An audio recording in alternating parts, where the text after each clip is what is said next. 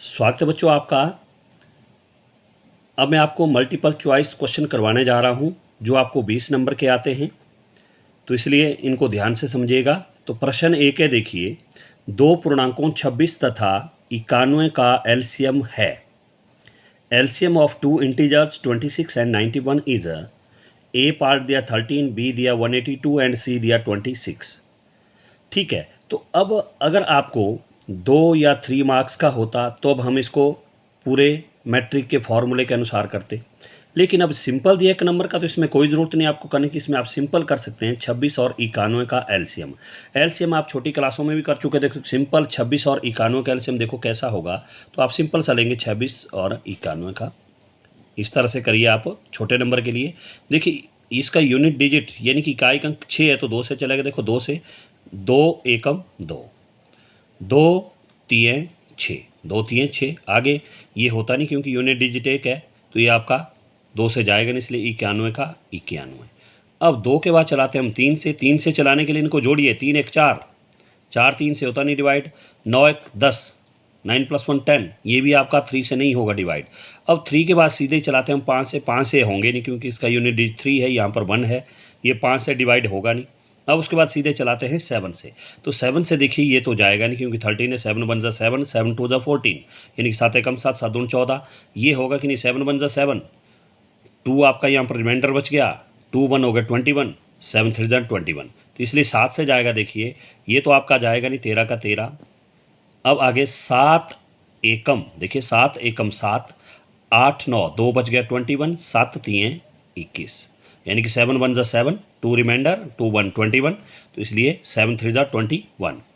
Okay, अब 13 जो आपका 13 से डिवाइड होता है, देखिए 13 1 13, 13 1 13, यानी कि 13 एकम 13, 13 एकम 13। तो अब आप लिखेंगे, इसलिए एलसीएम जो इसका आएगा, एलसीएम वो होता है इनका मल्टीप्लाई करके देखो 2 × 7 × 13, तो एक देखो 2 7 14, 14 13 182।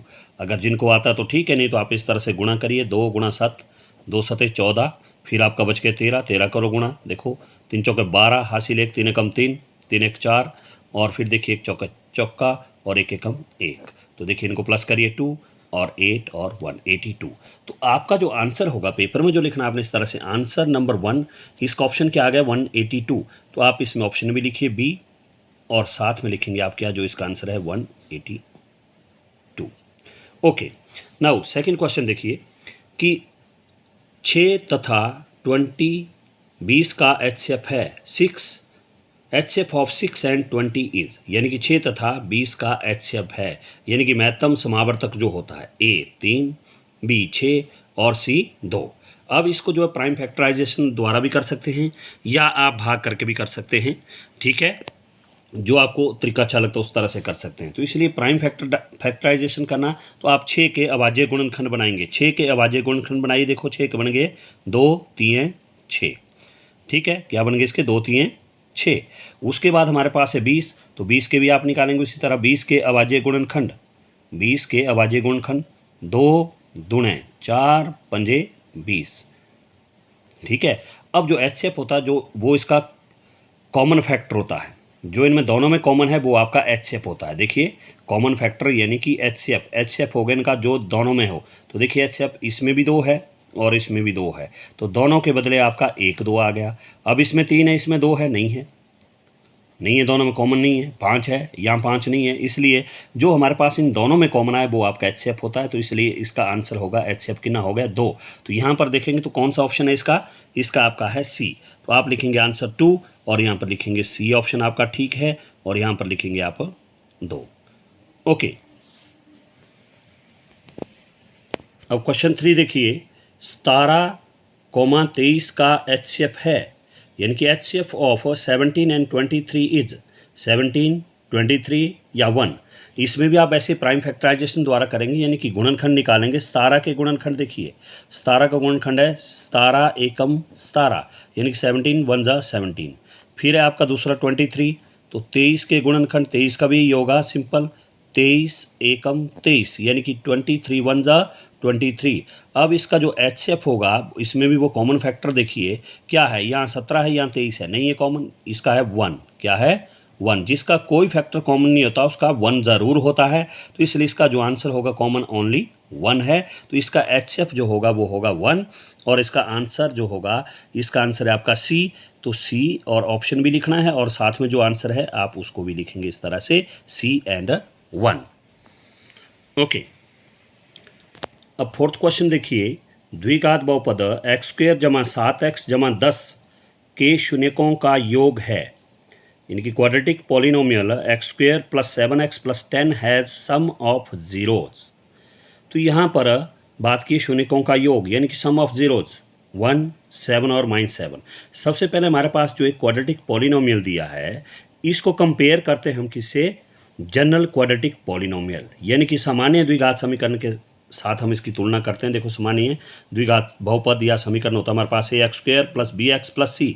ठीक इसके नीचे आप इसको लिखिए, देखिए ये है हमारे पास, देखिए x² के नीचे x² वाला, और प्लस है देखिए फिर 7x है, देखिए 7x, और प्लस फिर आपके पास 10 है। तो अब इसकी तुलना करिए, देखो a कितना यहाँ पर, x² से पहले a कितना, x² का गुणांक, कोफिशिएंट ऑफ x, यहाँ पर कोफिशिएंट ऑफ x² है a, यहाँ पर x² का कोफिशिएंट क्या है 1, कुछ नहीं है तो वहाँ पर क्या होता है 1। यहाँ पर कोफिशिएंट ऑफ x b, यहाँ पर कोफिशिएंट ऑफ x 7, यानी कि b कितना हो गया आपका 7, और c कितना हुआ 10, यानी कि तुलना करनी है आपने। तो इसलिए जो यहाँ बात की है कि शून्यकों का योग, तो शून्यकों का योग का सूत्र जो होता है वो होता है -b/a, यानी कि sum of zeros that is equal to -b/a। अब आपने सिर्फ वैल्यू पुट करनी, देखो -b कितना, देखो यहाँ पर b कितना है 7, b कितना है 7, तो यहाँ पर आया 7 बटा a कितना है, a के नीचे देखिए कितना है 1, तो यहाँ पर आएगा 1। तो आप सिंपल लिख सकते हैं इसको -7, क्योंकि यहाँ पर बटे में 1 लिखने की ज़रूरत नहीं होती है।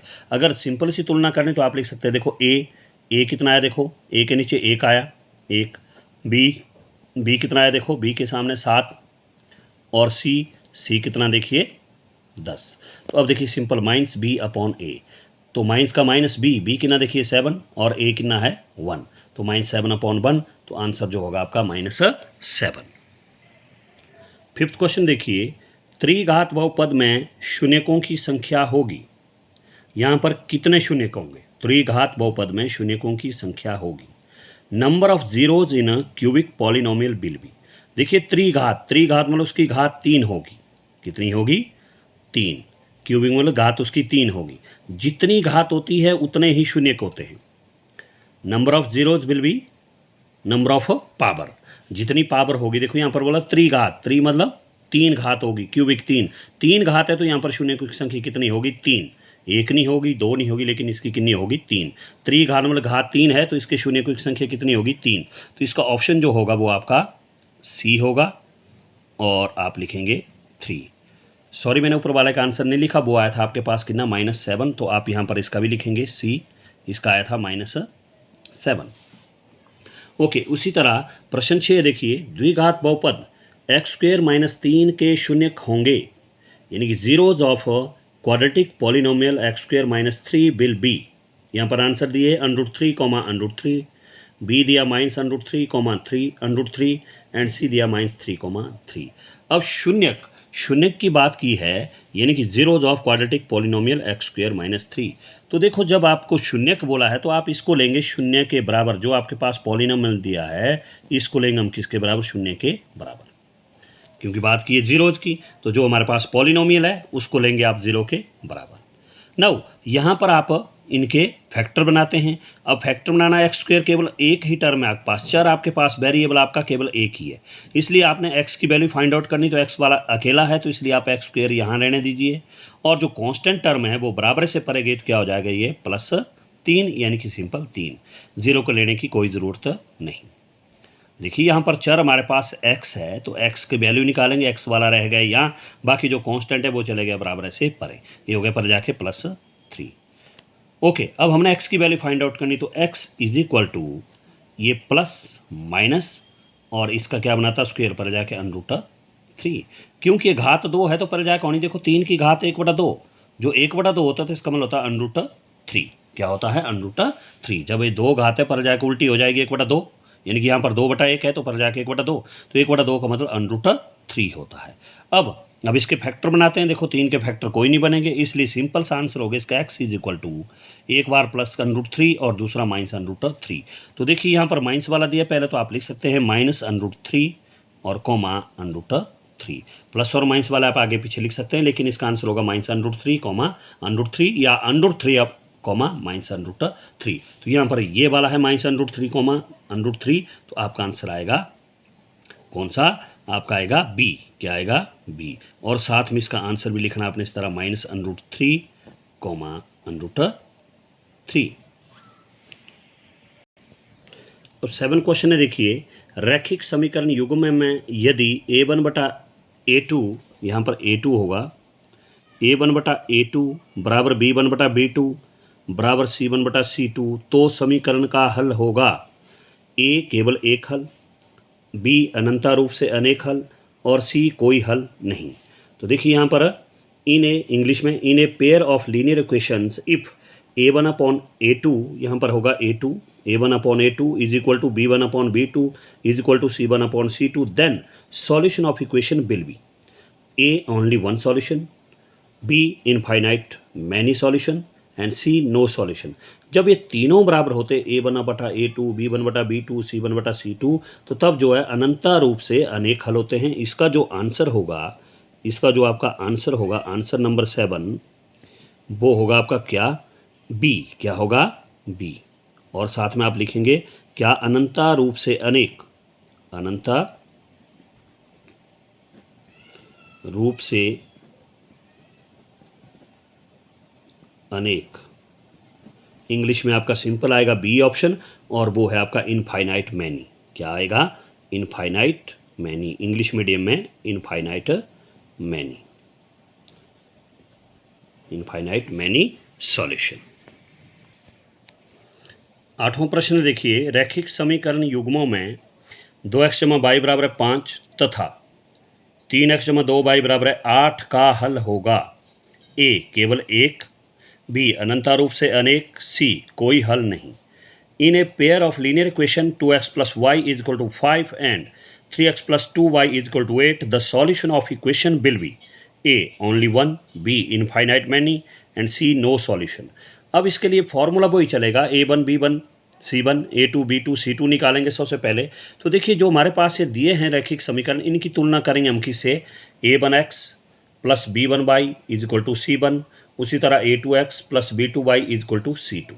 तो देखिए a1x जो पहला समीकरण है उसके नीचे लिखेंगे आप, देखिए 2x जमा y बराबर है 5, ठीक इसके नीचे देखिए 2x जमा y बराबर है 5, ठीक है। उसी तरह दूसरा समीकरण देखिए 3x जमा 2y बराबर 8, तो आप इसके a2x के नीचे लिखिए, देखो a2x 3x और प्लस b2y, इसके नीचे 2y और c2 के नीचे 8। तो अब आप अगर ध्यान से देखेंगे तो देखो a1 कितना हो गया? 2 हो गया। यहाँ पर तुलना करिए, देखो a1 कितना हो गया? 2, और b1 कितना हो? देखो b1 यहाँ पर इसके नीचे कुछ नहीं, तो वहाँ पर कितना है? 1, और c1 कितना हुआ? 5, a2 कितना हुआ? 3, और b2 कितना हुआ? 2, और c2 कितना हुआ? 8। अब देखिए a1, अब निकालते हम a1 अपॉन a2, यानी कि a1 कितना देखिए 2, कितना है a1? 2, तो यहाँ लिखेंगे हम 2 और बटा a2 के नीचे देखिए कितना है? 3, a2 के नीचे 3, कॉमा फिर निकालेंगे हम b1 देखिए कितना है? 1, क्योंकि y से पहले कोई अंक नहीं तो वहाँ पर 1 होगा। देखिए b1 के सामने 1, b1 हो गया 1, और बटा b2 कितना देखिए 2, b2 के नीचे देखिए 2 है तो b2 हो गया 2, और c1 देखिए c1 कितना है? 5, और c2 कितना है? 8। अब अगर ये कट जाते हैं तो आप इनको काट भी सकते हैं, 2 से 3 कटेगा नहीं, फिर 5 से 8 कटेगा नहीं, तो इसलिए हमारे पास देखिए a1 बटा a2 कितना है? 2/3, फिर b1 अपॉन b2 कितना है? 1/2, और c1 अपॉन c2 कितना है? 5/8। तो आप लिख सकते हैं, देखिए क्योंकि a1 बटा a2 बराबर नहीं b1 अपॉन b2, ठीक है। और अगला भी देखिए बराबर नहीं है, वैसे तो इन दो को ही लेते हैं, फर्स्ट और सेकंड बराबर नहीं हुआ, तो इसमें होता है आपका केवल एक हल, जिसे हम अद्वितीय हल भी कहते हैं, एक हल या अद्वितीय हल। तो यहाँ पर आपका आएगा, ये भी बराबर नहीं, इसको भी ले सकता अगर लेना है, तो आपका आएगा देखिए C1 अपॉन C2 बराबर नहीं, देखो A1 अपॉन A2 बराबर नहीं, B1 अपॉन B2 बराबर नहीं, C1 अपॉन C2, यानी कि does not is equal to. जब ये तीनों बराबर नहीं, असली में तो इन दो को लेते हैं, A1 upon A2 does not is equal to B1 upon B2, उसमें होता केवल अद्वितीय हल, यानी कि एक हल। तो आपका जो ऑप्शन होगा वो होगा केवल एक हल। इसमें क्या होगा, केवल एक हल, यानी कि ये होगा 8वें का ए ऑप्शन। क्या होगा 8वें का ए, और आप लिखेंगे केवल एक। क्या लिखेंगे, केवल एक। और इंग्लिश में क्या लिखेंगे आप, ओनली वन।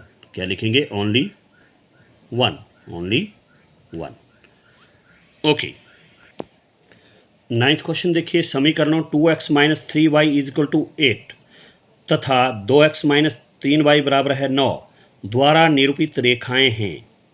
ए प्रतिच्छेदी, बी समांतर, सी संपाती। Equation 2x minus 3y is equal to 8 and 2x minus 3y is equal to 9. Representing lines are A intersecting, B parallel और C coincident।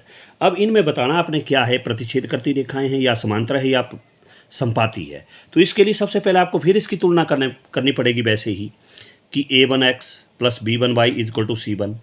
ठीक इसके नीचे पहला रैखिक समीकरण लिखा, देखो ये पहला रैखिक समीकरण है, देखो 2x minus 3y is equal to 8। उसी तरह दूसरे के लिए हम A2x plus B2y is equal to C2 लेते हैं। ठीक इसके नीचे आप दूसरे समीकरण को लिखेंगे, देखो 2x minus 3y is equal to 9। अब देखिए यहाँ पर A1 कितना हुआ, A1 आया 2, B1 आया -3, C1 आया 8। तो A1 देखिए 2, B1 -3 और C1 8। देखिए फिर A2 2, A2 भी 2, B2 भी आपका -3 है, and C2 that is equal to 9। अब करते हैं उसी तरह A1 अपॉन A2। तो देखिए A1 कितना हमारे पास 2 बटा A2 कितना है, वो भी 2। तो काटिए, देखो 2 एकम 2, 2 एकम 2, यानी कि 2 1 जा 2, 2 1 जा 2, तो यह हमारे पास 1। उसी तरह B1 अपॉन B2 निकालिए, B1 अपॉन B2। तो देखिए B1 कितना है -3 अपॉन B2 कितना, देखिए वो भी -3। अब माइनस से माइनस कैंसिल हो गया, 3 1 जा 3, 3 1 जा 3, that is also is equal to 1। ये भी 1 आया, ये भी 1 आया। लास्ट में C1 upon C2, C1 upon C2। C1 देखिए 8 और C2 हमारे पास है 9। अब देखिए A1 upon A2 is equal to 1, B1 upon B2 is equal to 1, लेकिन C1 upon C2 is equal to 8 upon 9, क्योंकि कटते नहीं है, 8 से 9 कटेगा नहीं। तो इसलिए हम क्या लिखेंगे, हमारे पास आ गया A1 upon A2 is equal to B1 upon B2 and does not is equal to C1 upon C2, कि A1 बटा A2 बराबर B1 बटा B2, क्योंकि इन दोनों के मान बराबर आ गए, और C1 अपॉन C2 ये आपका बराबर नहीं है। ठीक है, तो अब इसके आगे एक सूत्र होता है, उसको लिखेंगे आप। इसमें होता आपका फिर समांतर रेखाएं। क्या होती है, समांतर रेखाएं, यानी कि पैरेलल। क्या होगा इसकी, समांतर। बी होगा इसका आपका, क्या होगा बी। आंसर नंबर 9 जो आपका वो होगा बी। आप लिखेंगे समांतर, समांतर रेखाएं होती है जिसको आप इंग्लिश में पैरेलल कहते हैं। क्या कहते हैं, पैरेलल। पैरेलल, इसका ऑप्शन होगा बी, समांतर रेखाएं यानी कि पैरेलल लाइंस। 10th क्वेश्चन देखिए, द्विघात समीकरण 2x² माइनस 3x जमा 5 बराबर है 0 का विविक्त कर है। Quadratic equation 2x² minus 3x plus 5 is equal to 0 has discriminant 31 minus 31 and 36। तो देखिए इसका डिस्क्रिमिनेंट जो फॉर्मूला होता है D, that is equal to B² minus 4AC। ठीक है, तो अब इसके लिए आपको सबसे ABC चाहिए। तो देखो जो हमारे पास द्विघात समीकरण होता है जनरल, वो होता है x² plus BX plus C and is equal to 0। अब ठीक इसके नीचे आप इस क्वाड्रेटिक इक्वेशन को लिखेंगे। देखिए 2x² माइनस 3x और प्लस 5 इज इक्वल टू 0। अब देखिए A कितना हो गया हमारे पास 2, B कितना हो गया -3 एंड C कितना हो गया 5। तो देखिए A कितना हो गया 2 एंड B हो गया देखिए -3 एंड C हो गया आपके पास 5। अब D का फॉर्मूला बताया मैंने, डिस्क्रिमिनेंट जो विविक्त कर होता है वो होता है B² माइनस 4AC। अब हमने वैल्यू पुट करनी B कितना देखिए -3, तो अगर -3 इसका कहता स्क्वायर तो स्क्वायर, -4 बीच में कोई चिन्ह तो मल्टीप्लाई 4A इंटू A कितना देखिए 2 एंड इंटू सी यानी कि गुणा सी, सी कितना देखिए 5, तो 5। अब देखिए माइनस का स्क्वायर करेंगे, माइनस माइनस प्लस, फिर 3 का स्क्वायर 3 3 9, फिर माइनस 4 दूने 8 पंजे 40 यानी कि 4 2 जा 8, 8 5 जा 40, कितना आ गया 40। अब देखिए 40 किस चीज़ का है, माइनस का, और 9 किस चीज़ का है, प्लस का। अब देखिए 40 माइनस का, 9 प्लस का, एक नंबर आपका माइनस का एक प्लस का, तो क्या होगा, माइनस होगा, घटेगा। देखो 0 से 9 घटता नहीं, इसलिए 80 गई, तो 10, 10 से 9 लेस किया 1, यहाँ रह गया 3, यानी कि साइन किस चीज़ का बड़ा है, माइनस का, तो -31। तो आपका जो आंसर आया वो आया कितना, -31। कितना आ गया, -31।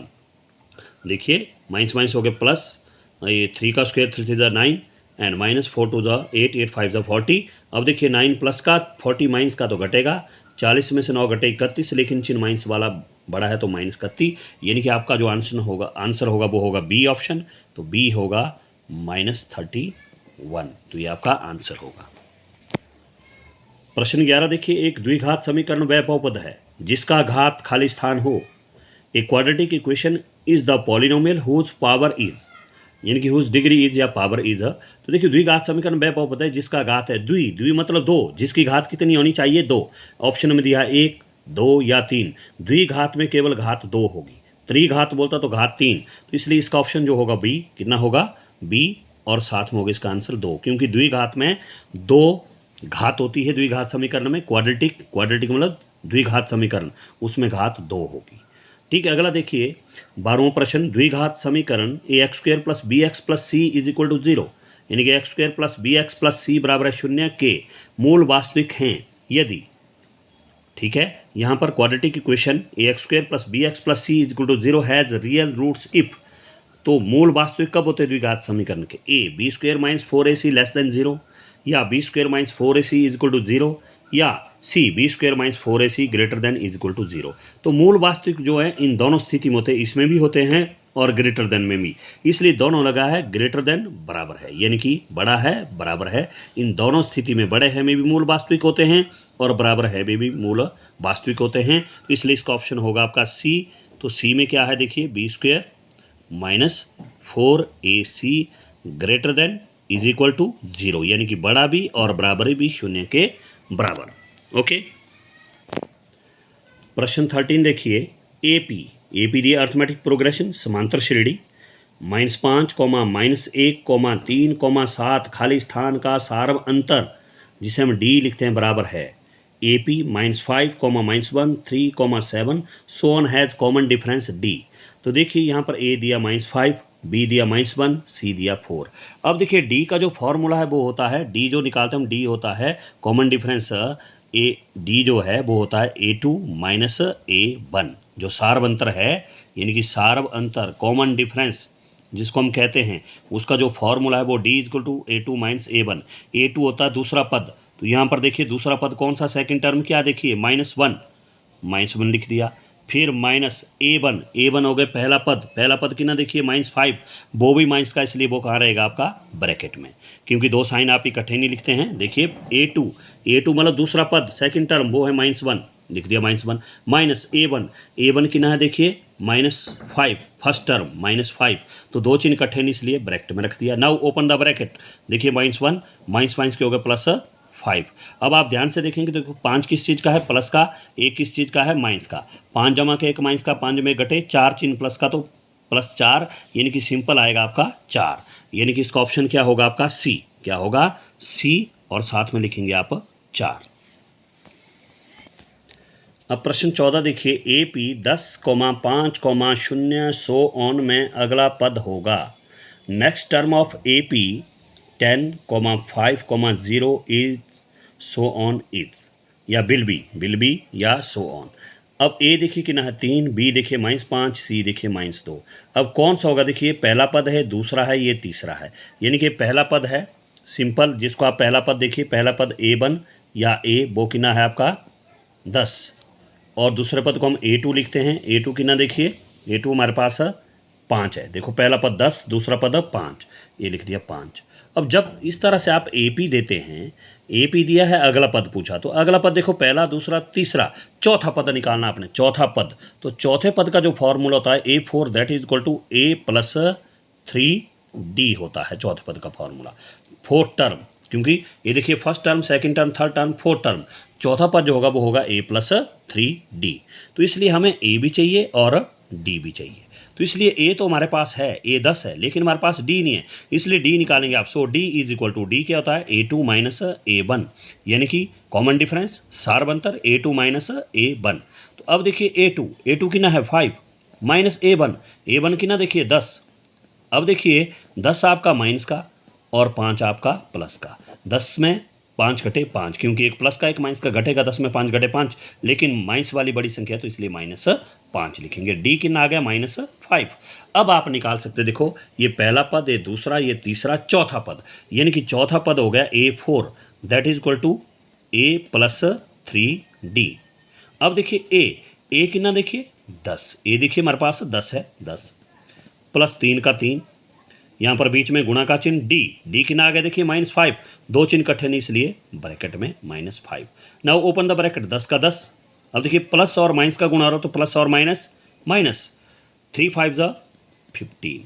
अब देखिए 15 किस चीज़ का है, माइनस का, और 10 किस चीज़ का है, प्लस का। तो देखिए 15 माइनस का 10 जमा का 15 में 10 घटे 5, चिन्ह माइनस का बढ़ा तो -5, कितना आ गया -5। इसलिए आपका जो ऑप्शन होगा इसका वो होगा बी, क्योंकि बी है देखिए -5। तो आंसर नंबर 14 का जो ऑप्शन होगा वो होगा B, and that is equal to -5। Okay, अब प्रश्न 15 देखिए, सभी वृत्त खाली स्थान होते हैं।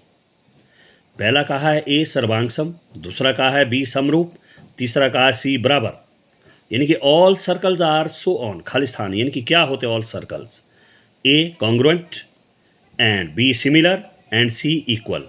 तो ये जो है सिमिलर होते हैं, सभी वृत्त जो है सिमिलर होते हैं यानी कि समरूप होते हैं। क्या होते हैं, समरूप। तो आपका जो ऑप्शन होगा वो होगा बी, यानी कि सिमिलर। बी होगा आपका, क्या होगा बी, यानी कि समरूप, हिंदी में समरूप, और इंग्लिश में लिखेंगे तो वो होगा सिमिलर। क्या होगा, सिमिलर।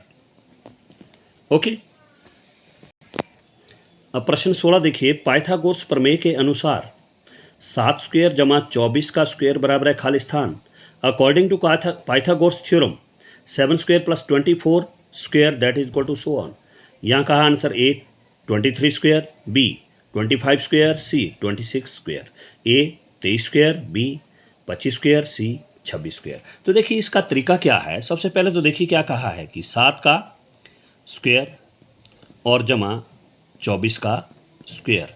आगे कहा है इन्होंने खाली स्थान कहा, तो मैं लिख रहा हूँ यहाँ पर एक्स स्क्वायर, क्योंकि ऑप्शन उत्तर जो हमारे पास स्क्वायर में है तो इसलिए मैं लिख रहा हूँ x square. Let this is equal to x square.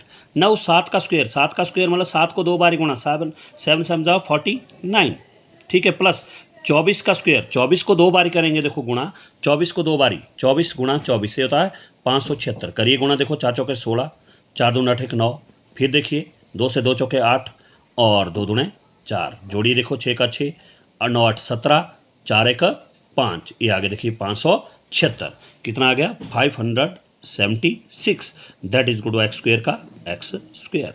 अब देखिए 576 प्लस 49, इनको जोड़ना आपने, देखिए 576 और प्लस 49, जोड़िए देखिए 9 6 15 और 7 4 11 12 और 5 1 6, ये आगे देखो 625 और बराबर है एक्स का स्क्वायर। अब देखिए अब सिंपल सा हमने स्क्वायर में निकालना, तो यहाँ पर एक्स स्क्वायर, यहाँ का एक्स स्क्वायर, यहाँ पर भी एक संख्या ऐसी होगी कि जिसको 2 बारी गुणा करने पर 625 आएगा। तो इसके आप फैक्टर जैसे मर्जी निकाल सकते हैं। तो इस देखिए इस तरह भी आप प्राइम फैक्टराइजेशन द्वारा कर सकते हैं या डिवीजन मेथड द्वारा कर सकते हैं। अब यूनिट डिजिट आपका 5 है तो 5 से डिवाइड करिए, देखिए 5 1 5, 1 रिमाइंडर बच गया 12, 5 2 10 और 2 रिमाइंडर बच गया 25, 5 5 25, यानी कि 5 एकम 5, 1 बच गया 12, 5 दूना 10, 2 बच गया 25, 5 बने 25। फिर 5 से देखिए 1 होगा नहीं 12, 5 दूना 10, 2 बच गया 25, 5 बने 25, यानी कि 5 2 10, रिमाइंडर 2, 2 5 25, 5 5 25। नाउ 5 5 25, यानी कि 5 1 5। तो देखिए अब इसके सिर्फ 2 टाइम, यहाँ आए 5 4 बारी, हमने 2 टाइम करना है। 2 टाइम देखो 5 5 25 हो गया, यहाँ भी 5 5 25 हो गया। देखिए 5 पंजे 25 और 5 पंजे 25, तो ये होगा आपका 25 का square. And is equal to x का स्क्वायर। तो देखिए सिर्फ 2 की घात है तो 2 घात ही बनानी, हमारे पास 5 4 बार ही आया, तो 2 2 में तोड़ो, 5 5 25 और 5 5 25, 25 और 25 का स्क्वायर हो गया 625। तो आपका जो आंसर होगा इसका भी बी होगा। क्या होगा? बी। और यहाँ पर लिखेंगे आप 25 का स्क्वायर, और बी भी लिखना है और साथ में 25 का स्क्वायर। बी आपका ऑप्शन बी होगा और साथ में 25 का स्क्वायर। अब आगे देखिए प्रश्न 17, पाइथागोरस प्रमेय के अनुसार 15 का स्क्वायर जमा खाली स्थान बराबर है 17 का square. According to Pythagoras theorem 15 square plus blank is equal to 17 square. उसी तरह 8 का स्क्वायर कहा है, फिर 10 का स्क्वायर और 11 का स्क्वायर। अब किए बिना होगा नहीं, इसको हल करना पड़ेगा सेम उसी तरह। तो देखिए हमारे पास दिया है 15 का स्क्वायर, ठीक है, 15 स्क्वायर जमा ये खाली स्थान है तो वहाँ वैसे लेंगे हम, एक्स स्क्वायर ले लिया मैंने माना करके, इज इक्वल टू 17 का स्क्वायर। तो देखिए 15 का स्क्वायर होता है 15 15 225, 15 15 जा 225 और प्लस एक्स का स्क्वायर एक्स स्क्वायर, और 17 का स्क्वायर होगा 289, 17 17 289। अब हमने निकालना है देखिए एक्स, क्योंकि एक्स की वैल्यू चाहिए। एक्स आपका वेरिएबल है, एक्स वाला रह गया यहाँ, इज इक्वल टू 289। ये कांस्टेंट टर्म, इसको रीअरेंज कीजिए, पढ़ लीजिए, प्लस का तो पर जाके माइनस 225 और एक्स स्क्वायर बराबर है। अब देखिए 289 और 225 आपका माइनस हो गया, देखिए घटाइए, 9 में 5 घटे 4, 8 में 2 घटे 6, तो ये आगे देखिए 64।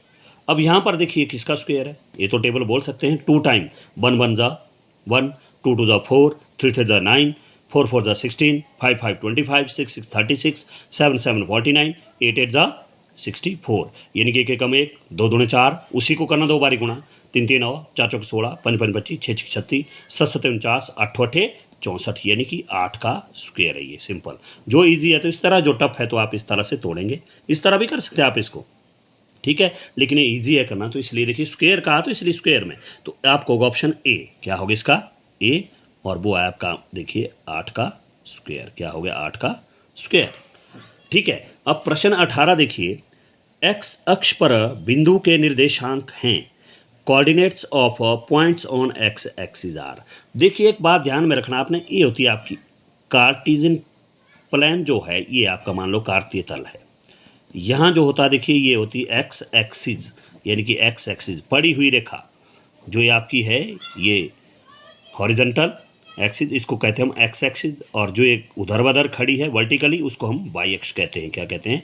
वाई अक्ष। ये माइनस वाई, ऊपर प्लस वाई और नीचे माइनस वाई, 0। अब बात की है देखो एक्स एक्स की बात, अब एक्स एक्स अक्ष की बात की है, यहाँ पर एक्स का मान कुछ भी हो सकता है एक्स, और इस लाइन पर एक्स का मान कुछ भी हो सकता है एक्स -2 -3 0 इस तरह से, लेकिन वाई का मान जो इस लाइन पर हमेशा क्या होगा? 0। यानी कि यहाँ पर x अक्ष में जो है x का मान जो होगा वो x का मान तो x होगा, यहाँ दिया नहीं हमारे पास, यानी कि 1 2 3 4 -3 -2 कुछ भी हो सकता है, लेकिन इस लाइन पर y का मान जहाँ मर्जी लेंगे आप तो वहाँ पर 0 होगा। जैसे मान लो यहाँ ले रहा हूँ मैं x ले मैंने 2, यहाँ पर y का मान क्या होगा? 0 इस लाइन पर। मान लो यहाँ पर x में ले रहा हूँ -3, यहाँ पर जो है y का मान क्या होगा? 0 होगा। x अक्ष में y का मान 0 होगा, और उसी तरह y अक्ष में y का मान तो कुछ होगा लेकिन x का मान यहाँ पर 0 होगा। तो यहाँ पर आपका आएगा कि ना x अक्ष में क्या मान होगा? x का तो x होगा, लेकिन y का मान क्या होगा? 0। तो आपका होगा ए ऑप्शन। क्या होगा? ए, इसका होगा ए, और साथ में लिखेंगे आप x, 0। तो ये आपका आंसर होगा इसका। ओके, प्रश्न 19 देखिए, a 2, -5 और b -2,9 बिंदुओं को मिलाने वाले रेखाखंड का मध्य बिंदु है। Mid point of A line segment formed by joining points a 2, -5 and b -2,9 is a -2,0, b 0,2 and c -2,-2। अब मिड पॉइंट मध्य बिंदु, तो मध्य बिंदु का जो फॉर्मूला होता है, मध्य बिंदु यानी कि माध्य, मध्य से माध्य बना है। देखिए माध्य क्या होता है? प्रेक्षणों का योग बटा प्रेक्षणों की संख्या।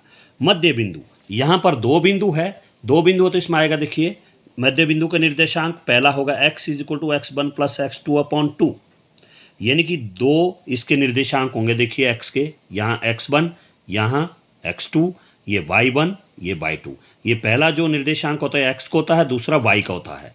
यहाँ पर होगा फिर x1 y1, यहाँ पर x2 y2। पहले बिंदु में x1 y1, दूसरे में x2 y2। तो ये देखिए मध्य बिंदु का जो फॉर्मूला होता है, मिड पॉइंट का फॉर्मूला जो निकालते हैं हम, कोऑर्डिनेट्स ऑफ मिड पॉइंट, यानी कि मध्य बिंदु के निर्देशांक x = x1 + x2 अपॉन 2। 2 क्यों लग रहा बट्टे में? क्योंकि प्रेक्षणों का योग 2 है और बटा प्रेक्षणों की संख्या 2, इसलिए 2 1 2 तो बट्टे में 2, 3 होते तो बट्टे में 3, कोमा y, अब दूसरा y होगा, y क्या होगा? y1 + y2 upon 2। ये इसका फॉर्मूला है मिड पॉइंट का निकालने का। ठीक है, अब पहला बिंदु देखिए हमारे पास a है, a कितना दिया ना, देखो 2, -5, तो लिख दिया 2, -5। अब पहले बिंदु में मैंने कहा x1 y1, तो x1 कितना हुआ देखो 2, y1 कितना हुआ -5। उसी तरह जो दूसरा बिंदु है उसमें देखिए हमारे पास दिया -2, 9, तो इसलिए दूसरे बिंदु में होगा x2 और y2, x2 -2 y2 9।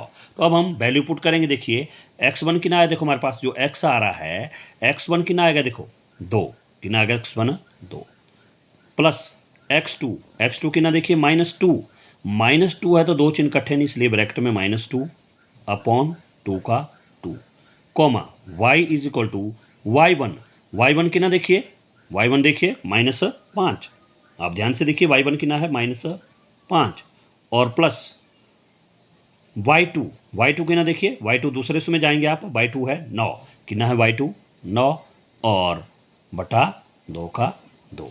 तो अब देखिए यहाँ पर x = 2, पहले ब्रैकेट खोलिए प्लस और माइनस, -2 का 2 और बटा 2, और कॉमा y = 9 आपका प्लस का है, 5 किस चीज़ का? माइनस का। 9 प्लस का 5 माइनस का, देखिए 9 आपका प्लस का है, 5 आपका माइनस का, 9 में 5 घटे 4, चिन्ह जमा का बड़ा तो जमा, ये आ गया 4 बटा 2। तो अब देखिए x बराबर है 2 जमा का 2 माइनस का, 2 में 2 घटे कितना हो गया 0 और बटा 2 का 2, और कोमा y बराबर है, अब 2 से देखिए 4 करता तो काटिए, 2 एकम 2, 2 दूने 4, 2 1 जा 2, 2 2 जा 4, यानी कि आ गया हमारे पास 2। अब देखिए x = 2 से 0 को डिवाइड किया तो 0 और y = 2, यानी कि हमारे पास जो आएंगे x की जगह आ गया, देखो इस तरह लिखेंगे हम x, y, तो x कितना आ गया देखो 0 और y कितना आ गया 2। ये मिड पॉइंट का फॉर्मूला है, तो 0,2 आया हमारे पास, क्या आ गया 0,2, तो b हो गया हमारे पास 0,2। आपका ऑप्शन जो होगा इसका वो होगा b और वो आंसर होगा 0,2। ओके, अब ये जो 20वां प्रश्न है, देखिए लास्ट प्रश्न होगा आपको ऑप्शन वाले में, 2,3 तथा 4,1 बिंदुओं के बीच की दूरी है। The distance between points 2,3 and 4,1 is a 2√2, b 3√2 and c 4√2। तो देखिए इसके ऑप्शन दिए। अब दूरी सूत्र क्या होता है, देखिए यहाँ पर दूरी जो सूत्र होता है वो होता है ए बी। मान लो पहला पॉइंट ए है, दूसरा बी है, मैंने ए बी लिख दिया, वैसे यहाँ पर ए बी नहीं दिया है। तो ये दूरी सूत्र जो होता है वो होता है x2 - x1 इसका स्क्वायर प्लस y2 - y1 इसका स्क्वायर और इसका स्क्वायर रूट, या आप इस तरह से भी लिख सकते हैं x1 - x2 इसका स्क्वायर प्लस y1 - y2 इसका स्क्वायर। ठीक है, बेहतर होगा कि आप इस तरह से रखिए याद, क्योंकि x2 - x1 इसका स्क्वायर प्लस y2 - y1 इसका स्क्वायर। तो देखिए मैंने यहाँ पर a, पहले पॉइंट को मैंने a लिखा है जो हमारे पास 2,3 दिया है, तो मैंने लिखा देखो a = a जो है 2,3 है, और b जो दूसरा पॉइंट है 4,1, तो मैंने b को लिखा है 4,1। ठीक है, अब देखिए पहला जो पॉइंट मैंने पहले भी कहा पहले प्रश्न में कि पहला जो पॉइंट है उसमें होगा x1 y1, उसी तरह दूसरा जो उसमें होगा x2 y2, क्योंकि वो बाद में आ रहा है, इसलिए x1 की ना देखो हमारे पास 2 और y1 3, x2 4 और y1 1। तो देखिए फॉर्मूले के मुताबिक मैंने क्या कहा, x2 की ना देखिए 4, कितना x2 4, ध्यान से देखिए x2 कितना है 4, माइनस x1 कितना देखिए 2, x1 कितना है 2 और इसका बोला स्क्वायर तो स्क्वायर, प्लस y2 कितना देखिए 1, y2 कितना है 1, लिख दिया 1, माइनस y1 कितना देखिए 3, y1 कितना है 3 और इसका स्क्वायर, और इसका क्या करेंगे हम स्क्वायर रूट, क्या करेंगे स्क्वायर रूट। अब देखिए 4 से पहले जमा का चिन्ह, 4 से पहले जमा का चिन्ह और 2 से पहले माइनस, देखिए 4 जमा का 2 माइनस का, 4 में 2 घटे 2, तो ये आ गया 2 और इसका स्क्वायर। फिर प्लस, यहाँ पर देखिए 3 किस चीज़ का है, माइनस का, और 1 किस चीज़ का है, कोई चिन्ह तो प्लस का है। अब देखिए 3 माइनस का, 1 जमा का, 3 में घटे 2, लेकिन चिन्ह माइनस का बढ़ा तो -2, तो ये आ गया -2 और इसका स्क्वायर और इसका स्क्वायर रूट। अब देखिए यहाँ पर आप पहले तो 2 का स्क्वायर करेंगे, 2 का स्क्वायर 2 दूने 4, प्लस का प्लस, पहले माइनस का स्क्वायर माइनस माइनस प्लस, फिर 2 का स्क्वायर 2 दूने 4 और इसका स्क्वायर रूट, ये चलता जाएगा स्क्वायर रूट। अब देखिए 4 जमा 4, देखिए 4 भी जमा का 4 भी जमा का, 4 जमा 4 8, ये आ गया 8 और इसका स्क्वायर रूट। अब हमने इनको फैक्टर में तोड़ना है 8 को, 8 के फैक्टर बनाइए। देखिए 2 4 ज़ा 8 एंड 2 2 4 ज़ा 2 2 ज़ा 4 एंड 2 1 ज़ा 2, तो ये आगे देखो 2 गुणा 2 गुणा 2 और इसका स्क्वायर रूट। तो अब देखिए जिसका जोड़ा बना वो बाहर आ गया, पेयर बना वो बाहर, जिसका नहीं बना वो आपका स्क्वायर रूट में ही। आपका आंसर हुआ 2√2। तो हमारे पास 2√2 कौन सा ऑप्शन है, वो है ए। तो आपके आंसर नंबर 20 जो होगा वो होगा आपका ए, और साथ में लिखेंगे आप 2√2। तो ये इस तरह से आपको 20 क्वेश्चन जो आपको ऑप्शन में आएंगे, ए सीरीज़ में भी और बी सीरीज़ में भी एंड सी सीरीज़ में भी, और प्रश्न अलग अलग होंगे ऐसे ही पूछे जाएंगे। जैसे मध्य बिंदु है तो मध्य बिंदु निकालना, लेकिन आपको आंकड़े जो है चेंज होंगे, 2, -5 की जगह 3, 4 भी हो सकता है, कुछ भी हो सकता है। इसलिए ध्यान से आपने प्रश्न देखने हैं और ध्यान से आपने वीडियो देखनी है और ढंग से आपने करने हैं। इस तरह से करेंगे। गणित जो है बिना रफ वर्क किए हुए आप एक चॉइस वाले क्वेश्चन आप चूज़ नहीं कर सकते, इसलिए आपको रफ वर्क करना ही पड़ेगा और फॉर्मूले आपको याद करने पड़ेंगे। फॉर्मूले की एक लिस्ट में अलग से बनाऊंगा वीडियो, उसको आपको मैं भेज दूंगा। Okay, thank you.